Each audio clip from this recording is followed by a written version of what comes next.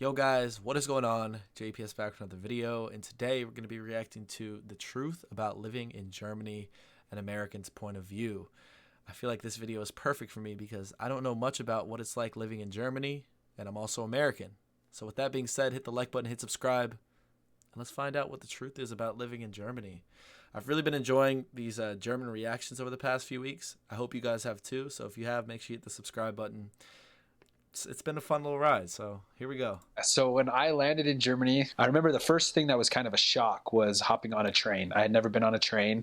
Now it seems really normal, but I hopped on a train, went through the beautiful countrysides of Germany down to a little city called Marana. And I remember being kind of shocked at how small it was and that we had a car. And then there were little tiny things that were shocking to me. I mean, just for the fun of saying what they were, there was like a light switch. They're not light switches, they're kind of like pads. So you hit a whole entire pad. Or the pillows, they're not rectangle, they're squares. And they're windows. They don't open up and down or side to side. They tip in and out, and they open kind of like a door. So there was a lot of little differences like that. Our apartment had our washer and dryer in the kitchen. And then I thought that was just our apartment, and then I realized a lot of apartments are like that. So That's just like a lot of Europe, I think.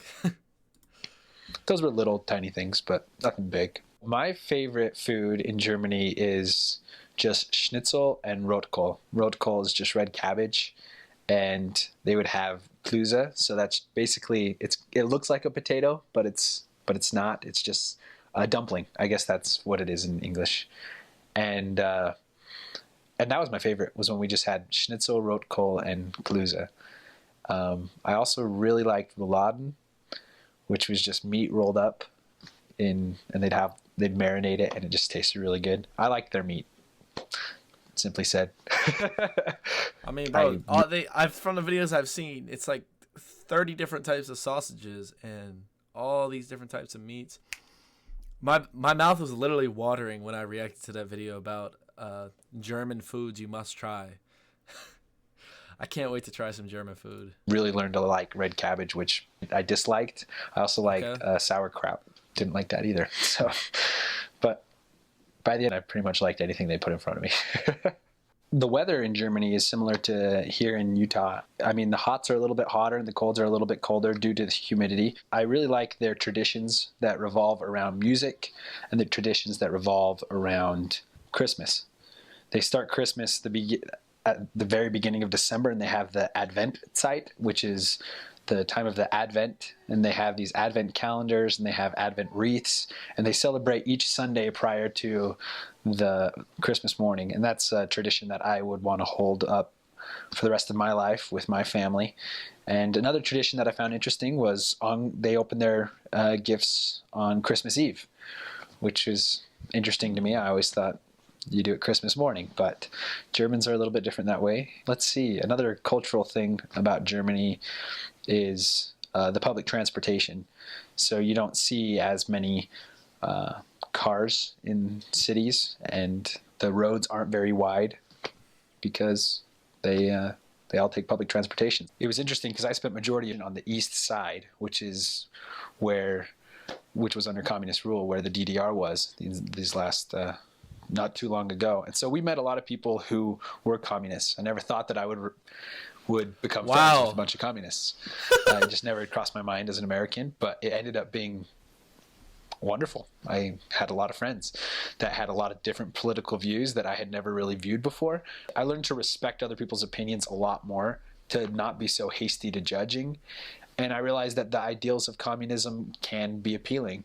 I mean, I love how he's saying he's talking about, having an open mind and not judging people, and here I am trying to devise a little jab at him for living in Utah and trying to crack a joke about him being a Mormon or something. We're opposites, man. We're opposites. But no, that is really interesting, meeting a bunch of communists, especially as an American. You're like, whoa, what's going on here? So I'm gonna guess he's not the Utah person I was thinking of, because Utah is very it has a stereotype to it, like everything, but a pretty big stereotype that is grounded in lots of facts. If you look up the Mormon population in Utah, you'll get hit with a number, and it's a big number. But Anyways, this is a great video though. I'm really liking what this guy's saying. Maybe I shouldn't categorize them all as communists. A lot of them were just socialist and had more of those communistic ideals. But it was still an eye opener to me when I started crazy. Making friends with people. I've never really met a communist or socialist. If you're wanting to learn German, the key to speaking any language, I think, is just speaking it constantly, and you can do it.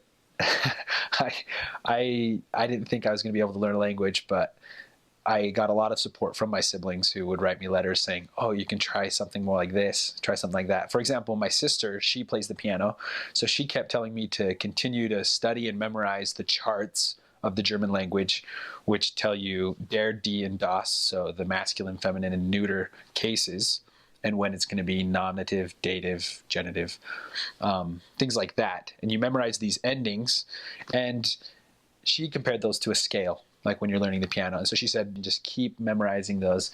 And that proved to be really beneficial. Also, in learning German, the first thing, I learned is was bedeutet. So what does this word mean? So you'd say was bedeutet house, and then they'd say in English house, So that makes it so you can continue a conversation just by asking somebody, what does that word mean? And then they can answer that. And then the second sentence I learned was wie sagt man. Wie sagt man means how do you say tree? So wie sagt man tree, and then they'd say. Those are like the two most important phrases to learn when you're learning any language. Same thing with Spanish. It was like como se dice? How do you say? And I would say the English word bird. You know what I mean? Oh, speaking of Spanish, I have let that slip away. Wow. See, that's why I'm not going to learn German or even attempt to, because I know I'm too lazy to like hold it up and practice and actually foster the language in my mind. I'll just forget about it because I won't use it as much if I'm not around Germans all the time. That's what happened with Spanish, so it's a big shame. But I've heard my mom actually took a German. She went in college. She took a German class, and I think she struggled to even get a C. Like, she told me German was one of her hardest classes in college, and that's something that has been corroborated by everyone I've spoken to who has tried to learn German. It's like, wow, German is not an easy language to learn. Maybe we could do some German language lessons for some videos here. You guys can see me fail at attempting to try the German language out. Boom. So those two sentences were the first things I learned in German. And then from there, if you're stranded on the street and you have to speak, you can always struggle to put a sentence together. But really, in the end, learning the language wasn't the issue. After about 4 months, it was no longer an issue. I just woke up, studied the language, and it just came pretty natural. Naturally. Good for you, man. Good for you. So, I don't really know what this channel is. I don't think this is his channel. But yeah, that was a cool little video. I enjoyed that. So far, everyone who we've reacted to has visited Germany, or people I know who have lived in Germany. My roommate actually, Will, lived in Germany for a couple of years. Have all really spoken highly of it and enjoyed it and said it was a great travel destination and that they would recommend it. So that's good for you guys. Germany is definitely a place that people enjoy when they visit. So that's like, people speak really highly of Germany.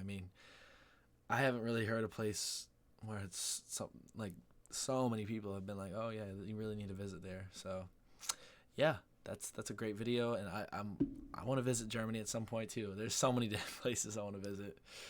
I'm gonna go bankrupt traveling the world, but at least I'll be traveling the world, right? But yeah, guys, hit the like button, hit subscribe, and I'll catch you all in the next one. Peace.